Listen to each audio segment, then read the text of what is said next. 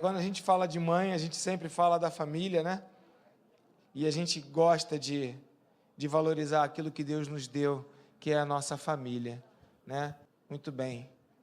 Abra sua Bíblia no livro de João, no capítulo 19, versículo 25 a 27.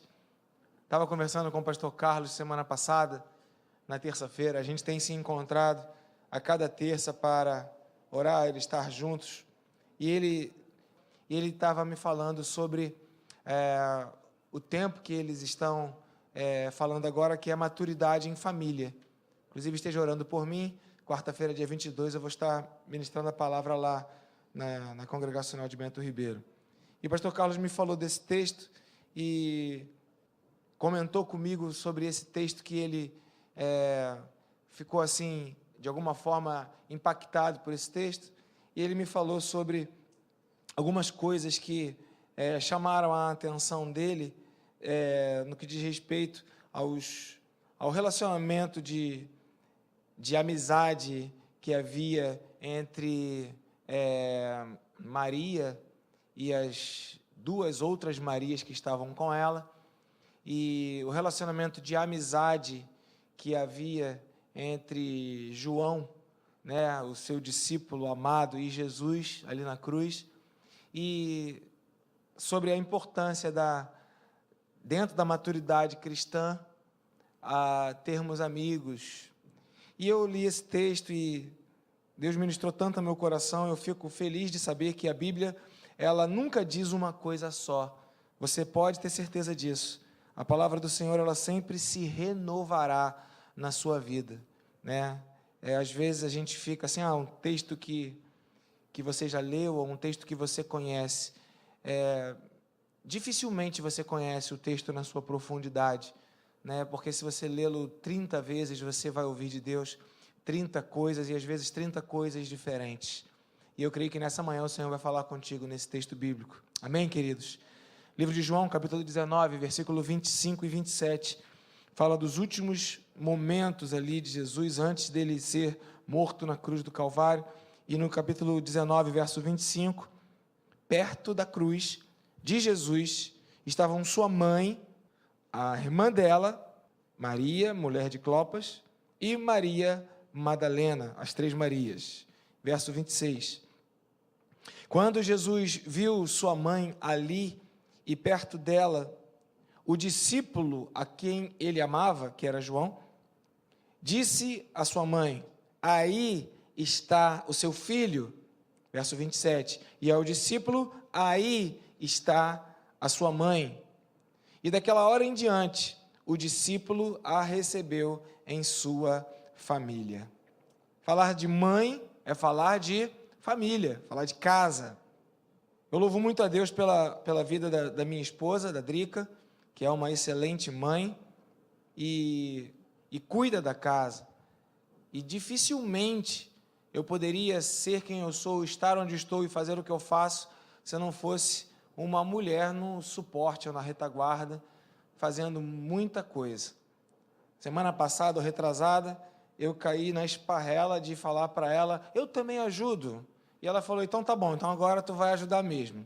E me colocou para ralar lá na cozinha, e pelo menos durante uns 3 dias, eu tive que preparar a comida, e ela ficou deitada. Eu falei: amor, tu não vai fazer nada? Você não ajuda? Aí eu: sim, senhora. E 3 dias, tendo que fazer a comida, preparar a comida, organizar a comida, tirar. Não tem coisa mais irritante na vida do que lavar a louça. Eu já preguei sobre isso, eu preguei a respeito da bênção que é a lava-louças em nossas vidas, né? Mas agora existe um outro impedimento sério lá em casa, que é tirar o prato da mesa e colocar na lava-louça. Queridos, o ser humano é insaciável, né? Porque quando o problema é a louça, você compra a lava-louça, resolve. Uma vez que o problema da lava-louça está resolvido, agora o problema é tirar o prato da mesa e colocar dentro da lava-louça. E uma vez que isso é resolvido, nós somos uma fábrica de problemas. Meus amados, como a gente gosta de criar problema. É impressionante. Mas eu estou falando disso porque como dá trabalho cuidar de uma casa? Como dá trabalho ter uma casa? Como dá trabalho ser uma mãe?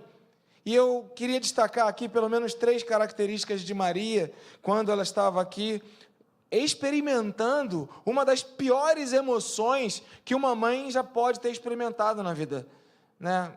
Ela não só soube da morte do filho, ou ela sabia que o filho ia morrer, ela acompanhou o processo de morte do seu filho.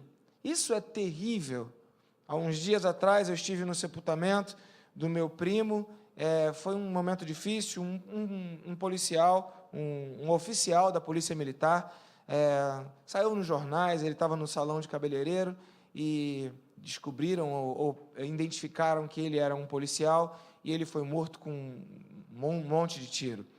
E estava lá no sepultamento, muita gente, governador, banda, tiro, e a minha prima, mãe desse meu primo, ela é membro da Igreja Batista Atitude na Barra, mas ela estava completamente arruinada. E dentro daquilo que a gente pôde fazer, a gente organizou as coisas para poder mobilizar a saída dela, que ela queria sair dali, ela queria se ver livre daquele movimento, porque ela não suportava ver que o filho havia morto, né, havia sido morto. A Maria, ela é um exemplo para cada uma mãe, porque ela não só ela sabe que o filho iria morrer, mas ela acompanha o processo da morte de Jesus, o seu filho. E por que isso está sendo falado? Porque nós precisamos de referência para as nossas vidas. Nós precisamos de exemplos para as nossas vidas. Nós precisamos ver que tem gente que consegue. E se tem gente que consegue, nós vamos conseguir também. Amém, queridos? E a gente então vê, no exemplo de Maria, a gente vê uma mulher espetacular. E o texto fala que, aqui no verso 25, Maria estava perto da cruz, junto da cruz, ao lado do seu filho, na hora do sofrimento. Entenda que Maria não podia ajudar muito. A época da morte de Jesus, o Império Romano estava se expandindo, Roma conquistou Israel, Israel era escravizada por Roma, pagava impostos, né? Daí o Zaqueu, que era um traidor do povo de Israel, que era um cobrador de impostos, os publicanos. Israel era uma nação ofendida, humilhada, oprimida, mas Jesus não foi crucificado ou levado à morte pelo Império Romano, propriamente dito. Na verdade, o Império Romano foi o executor, mas quem levou Jesus à morte, ou quem apontou a morte de Jesus, foi o próprio povo de Israel. Então, era uma traição dentro de uma traição. Porque se Jesus tivesse sido morto pelo Império Romano, ou se o Império Romano tivesse promovido a morte de Jesus, já seria algo terrível. Mas dentro de um ambiente de opressão, dentro de um ambiente de cerceamento de liberdade, Jesus ele não foi traído ou não foi crucificado por causa dos romanos. Os romanos foram executores. Jesus foi entregue pelos sacerdotes, pelo seu povo. Por isso, ainda em João, capítulo 1, verso 12, veio para os que eram seus, mas os seus não receberam. E diante desse quadro de impotência, Maria, aquela mãe, não podia fazer nada. E eu quero pregar especificamente para as mães, mas essa palavra serve para todos nós que estamos aqui nessa manhã, porque todos nós vamos nos encontrar diante de uma impotência. Sermos impotentes é algo que fica, de fato, muito claro aqui nesse exemplo de Maria e dá um sentimento de profunda incapacidade. Eu confesso que eu tenho desejado parar de assistir noticiários, queridos. Eu já parei com a Globo, mas agora eu estou no SBT. Ontem eu estava assistindo o SBT e foi filmado um estuprador que depois da saída de uma menina de 11 anos da escola, ele abordou ela no ponto de ônibus, a menina foi, e o estuprador fez o que ele quis fazer com aquela menina, socou, bateu, estuprou, e filmaram esse processo dele seduzindo ela. Irmãos, eu não se escandalizem, mas eu sinceramente entendo que eu só sou pastor pela graça de Deus. Eu não sei você, mas eu tive vontade de matar aquele infeliz ontem. E eu fiquei até em crise. Eu falei, Senhor, mas eu sou um pastor. Eu tenho vontade de matar uma pessoa. Eu tive vontade de matar aquele homem.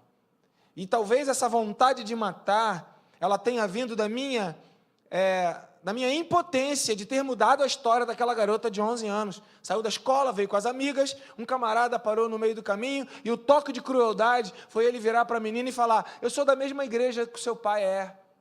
E ela: eu quero entregar uma encomenda para o seu pai. Ele usou a igreja, ele usou essa coisa. E quando eu vi essa história no noticiário, aquele flash, isso gerou dentro de mim um dos piores sentimentos que o homem pode sentir, que é o sentimento de vingança, de revolta, de impotência, de querer fazer justiça com as próprias mãos.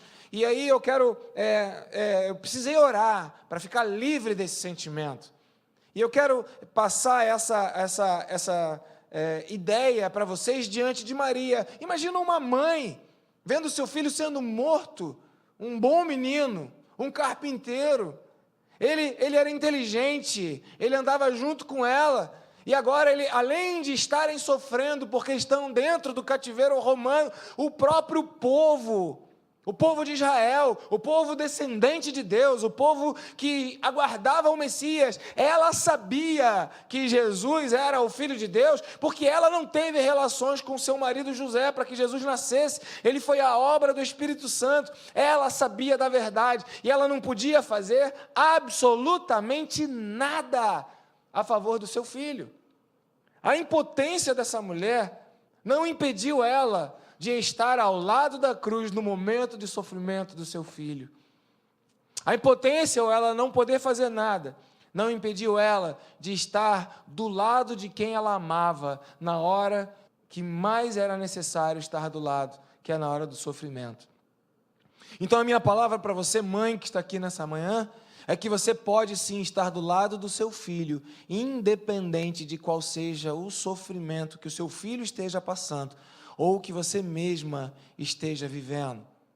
O texto fala que Maria, ela, no final, no verso 20, eu vou chegar lá, mas Jesus disse: João, eis aí a tua mãe, Maria, eis a tua mulher. Por que Jesus disse isso? Porque em livros históricos se conta, não a Bíblia, mas em livros históricos, que Jesus, ele se tornou órfão de pai aos 18 anos. José morreu aos 18 anos, e dentro de uma história cultural que era vivida naquela época, o homem trabalhava mais, o homem era o provedor, o homem defendia a casa, e naquele momento, cadê os irmãos de Jesus? Olha a situação, querido, você reclama da sua família, que tem briga entre os irmãos?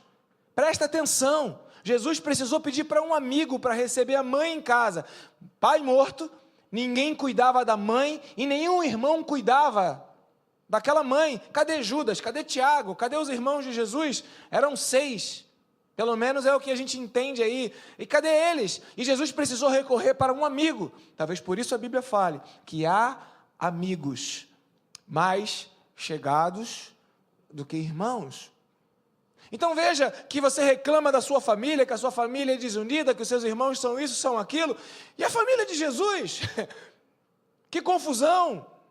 Maria não tinha para onde ir.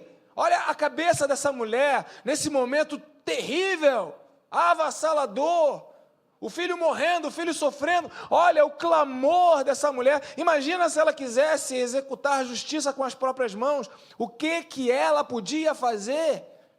Ela estava sozinha, ela não tinha a Roma, porque eram opressores, ela não tinha o povo de Israel, o seu povo, porque eles se levantaram contra o Messias. Ela sabia que Jesus era o Messias, ela não tinha os seus filhos, os outros irmãos, fugiram da cruz, talvez estivessem até do lado do povo de Israel.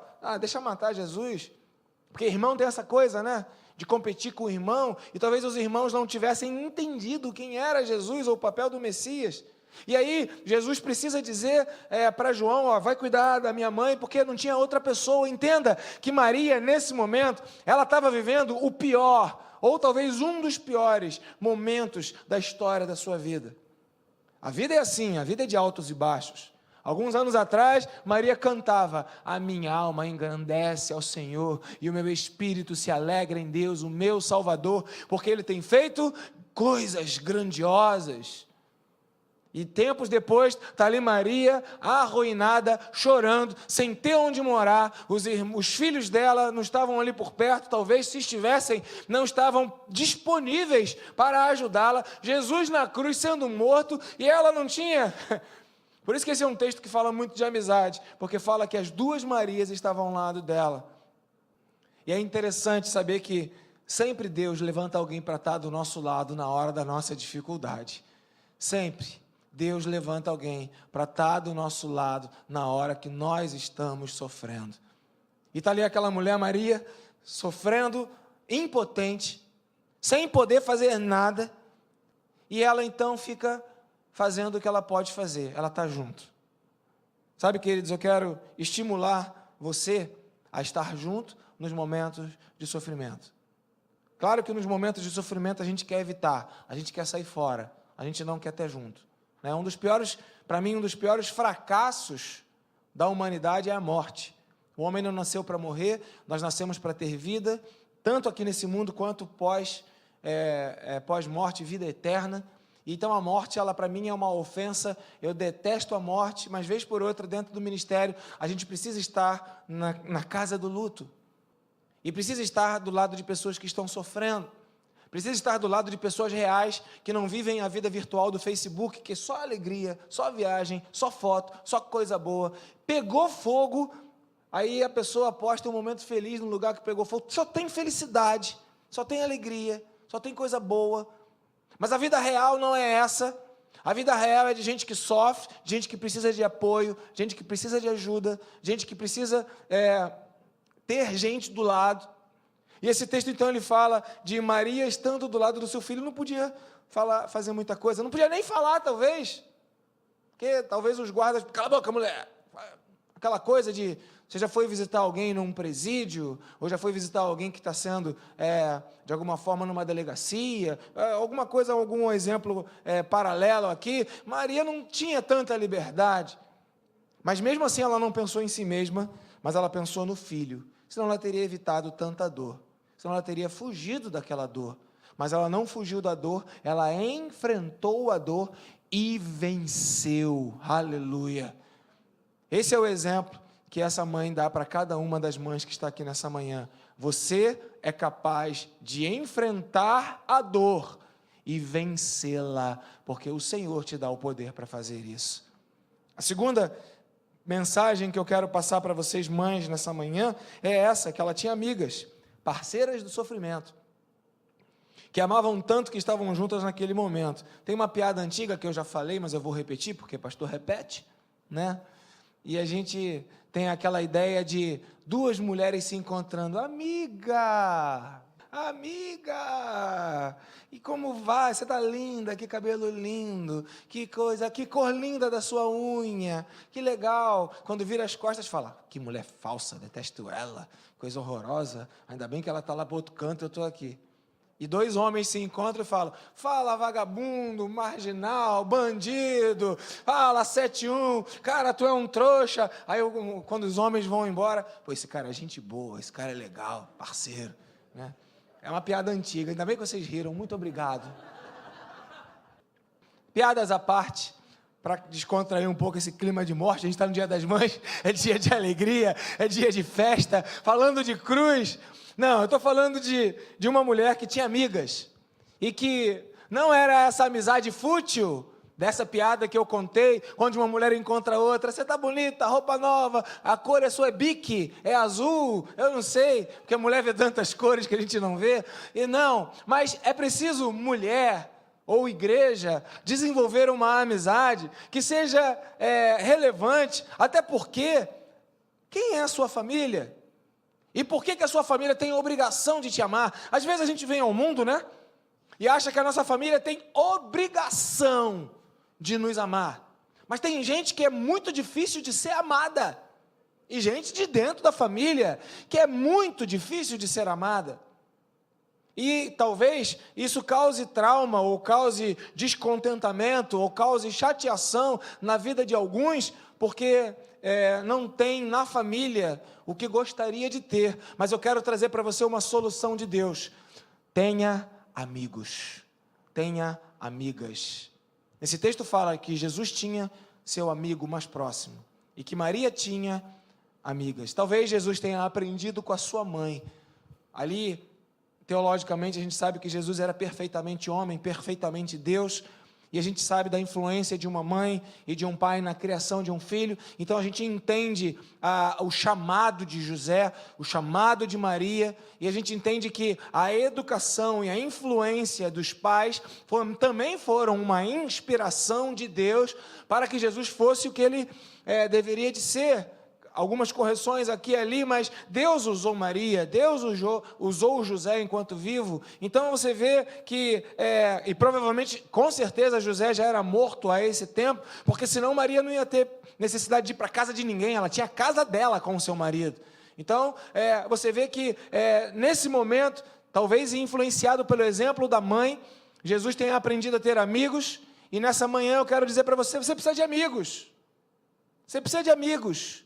Gente que anda do teu lado. E eu quero dizer para você uma coisa que, para você não se escandalizar, mas às vezes a amizade da igreja é uma amizade comprometida, porque é uma amizade condicionada à própria igreja. Então veja, a verdadeira amizade, ela não está condicionada à própria igreja em si, porque tem gente que sai da igreja e parece que leva a amizade junto e acaba a amizade quando vai embora.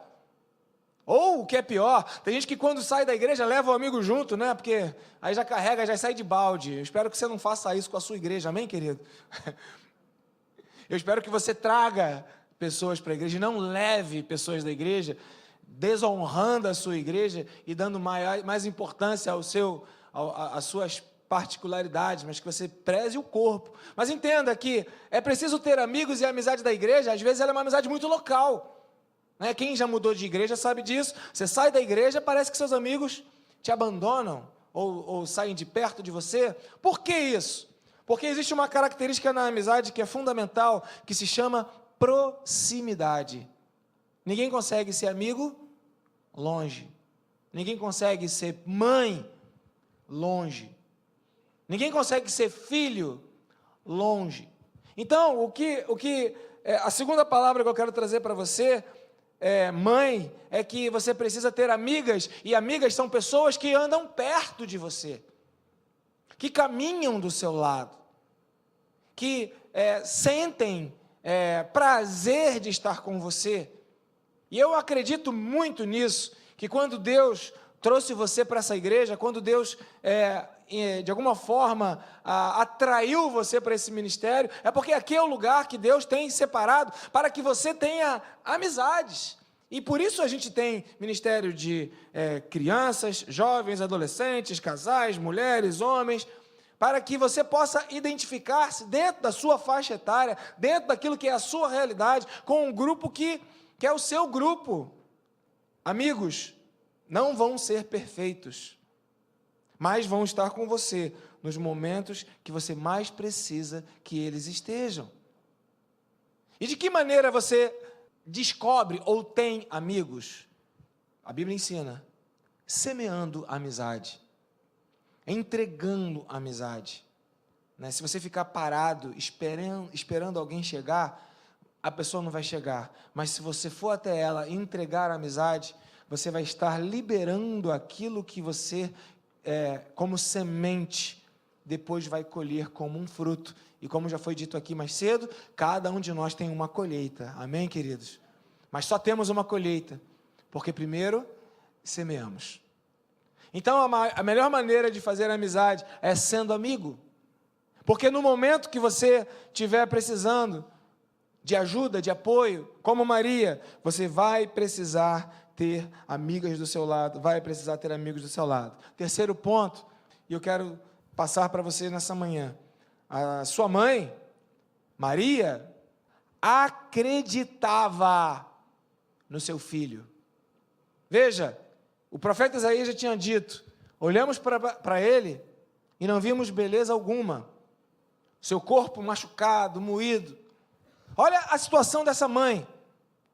O povo dela, ou as pessoas de maior importância, exceto as amigas, não acreditavam em Jesus. E como é difícil a gente se manter fiel àquilo que a gente acredita quando todo mundo está do contra.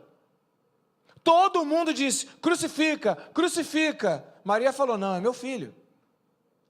E por que fica claro que Maria acreditou em Jesus até o final? Por quê? Porque lá no finalzinho desse texto, Jesus vira para João e fala, João, eis aí a tua mãe, Maria, eis aí o teu filho. E desde aquele dia, João a recebeu em sua casa. Ambos ouviram o que Jesus tinha para dizer.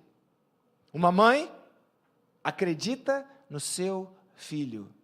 Uma mãe valoriza que o seu filho sente que o seu filho é filho.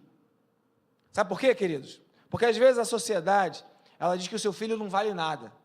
E talvez seu filho possa não valer nada mesmo. Não era o caso de Jesus. Jesus valia tudo, ele era o Filho de Deus.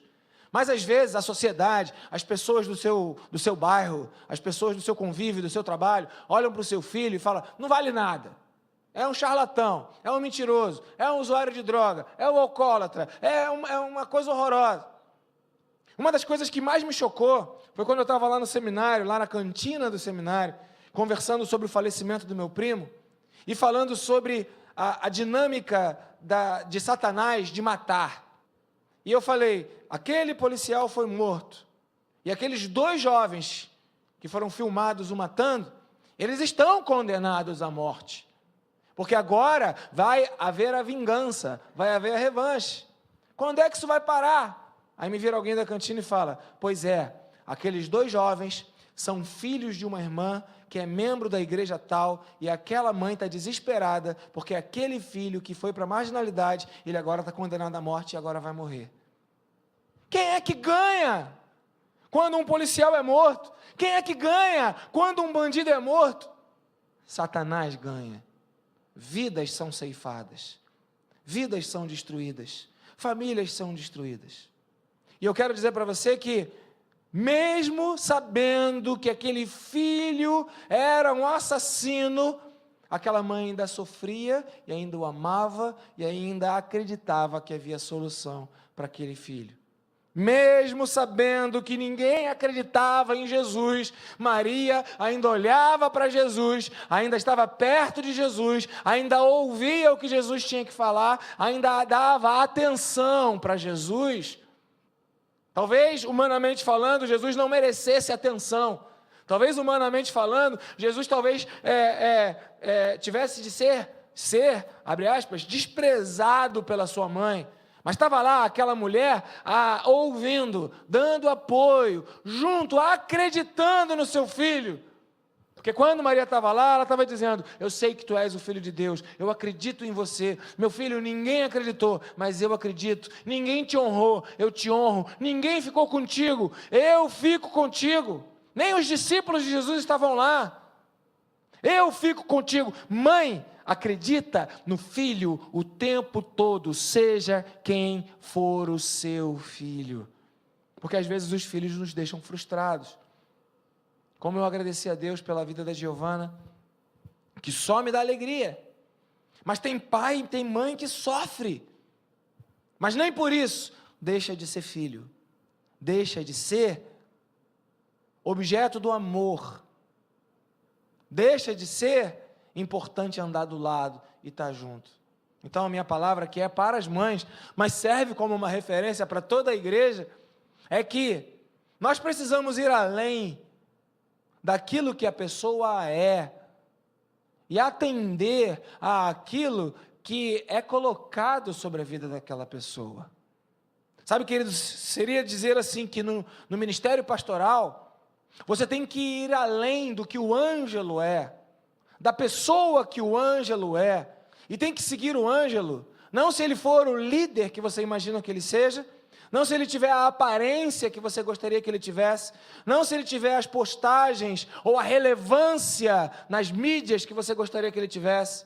Seguir o Ângelo, não por ele estar na televisão, no rádio, ter uma grande igreja, até porque não somos, mas somos uma grande igreja, não em números, mas espiritualmente somos sim, mas seguir o Ângelo não por aquilo que ele te agrada, não por aquilo que você gosta, não é pessoal. Você segue o pastor pela unção de Deus que está sobre a vida dele. Sede meus imitadores, como eu sou de Cristo. Porque se você resolver seguir o Ângelo Pessoa, lamentavelmente você vai demorar pouco tempo, né? E vai embora. Por causa disso, há muitos dentre vós que sofrem, não poucos os que dormem. Não dá para olhar a pessoa. E talvez, mãe, se você olhar o seu filho pelo que ele faz, pelo que ele te ajuda, pelo que ele colabora, pelo que ele te dá de honra, talvez isso não seja o suficiente. Mas eu quero dizer para você o seguinte: ser filho já deve ser o suficiente para você amar intensamente aquela pessoa que foi gerada através da sua vida. Ser filho já é o suficiente. Nós somos levados a uma... eu falei aqui agora há pouco, da louça, a uma insatisfação contínua. E a gente traz isso para o uso do celular, traz isso para o carro, traz isso para a televisão, traz isso para o relacionamento homem-mulher, traz isso para o filho, e agora não adianta mais ser filho, não basta mais ser filho, tem que ser além. Tem que ser um filho que faça isso, que faça aquilo, que chegue isso, chegue aquilo.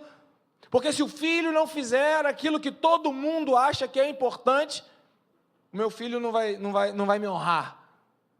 Mas eu quero, enquanto pastor, ensinar você, mãe, que só por ser filho já basta. Já basta.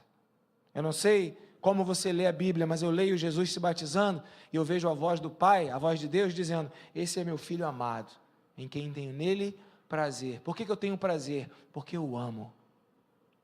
Prazer e amor andam juntos. O prazer é consequência do amor. Prazer sem amor deprime, mata, destrói. É o hedonismo, é o prazer pelo prazer. Sexo sem amor deprime, acaba com a sua vida e mata. Mas quando existe amor, o verdadeiro amor gera um prazer que vai além do entendimento. E quando uma mãe entende que é filho, e só por ser filho já é objeto do amor suficiente, isso vai trazer um prazer sobrenatural na vida da mãe que ama o seu filho. Por quê? Porque é filho. Eu queria então deixar essa palavra para você que é mãe. Eu vou repetir. Primeiro, esteja ao lado do seu filho. Maria estava junto à cruz. Segundo, tenha amizades, tenha amigas, tenha parceiras, gente que você confia, gente que anda do teu lado na hora do sofrimento, como Maria tinha. E terceiro, seja capaz de acreditar no seu filho, independente de quem seu filho é, ou daquilo que ele se tornou, ou se ele seguiu os caminhos que você gostaria que ele seguisse para a sua vida. Seja fiel àquilo que Deus tem para a sua vida, e não aquilo que você receberia ou quer receber em troca do seu filho. Então, o Dia das Mães é um tempo da mãe reciclar o seu coração, mas também é tempo do filho reciclar o seu coração. Se eu fosse falar de filho, lá no Betel eu usei esse texto numa outra perspectiva, e falei: filhos, vejam sua mãe, porque estava lá Jesus na cruz, cheio de dor, sofrendo, chicoteado, sangrando, a morte iminente, e ele olha para sua mãe, né? Também falo de Jesus dando uma solução. O que Jesus podia fazer, né? Cheio de dor, preso na cruz, mesmo assim, ele dá um destino, ele dá uma saída. Mãe, eu vou te ajudar, mesmo no final da minha vida, mesmo com tanto problema que eu estou vivendo, mesmo com tanta situação que eu estou passando, eu vou ajudar a minha mãe. E Jesus falou: mãe, vai para a casa de João. E ainda para o filho: ame a sua mãe mesmo quando estiver sofrendo. Pense nela mais do que em você mesmo. Esse é o relacionamento bíblico. É quando eu não fico esperando alguém fazer aquilo que eu quero receber, eu simplesmente faço.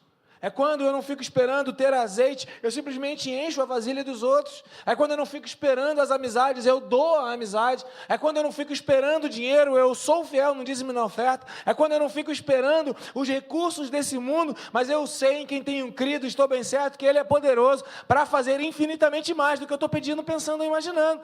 Essa é o mistério do Evangelho. Então, mãe, se tem alguma coisa que você pode fazer, é entender que ser mãe é ter um chamado, é ter um benefício de Deus sobre a tua vida, e você talvez não tenha saída, como Maria, que estava sem saída. Nem por isso Maria abriu mão do seu ministério de ser mãe. Ela não sabia nem aonde ia ficar, porque ela precisava de uma casa.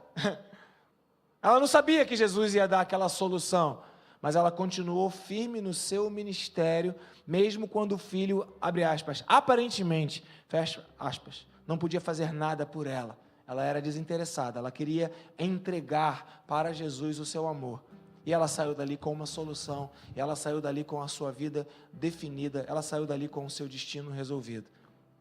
A minha palavra para você que está aqui nessa manhã é que se Maria conseguiu, nós conseguimos também. Se isso está na Bíblia, é porque o Senhor tem essa palavra para a sua vida. Que isso não seja, que essas situações de problemas, de injustiça, que não sejam paralisadores no seu coração. Estamos falando tanto sobre autoridade e sobre graça.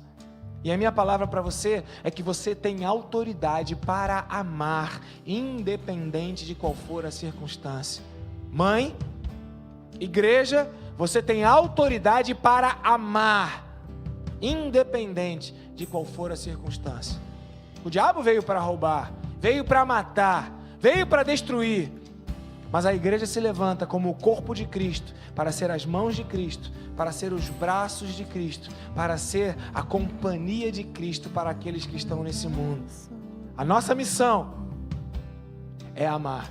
E como Maria, o teu desafio, mãe, é amar e continuar amando. E se João capítulo 13, versículo 1, diz que tendo amado aqueles que o Pai lhe concedera, os seus discípulos, amou-os até o fim, falando de Jesus, eu vejo que Maria foi igual.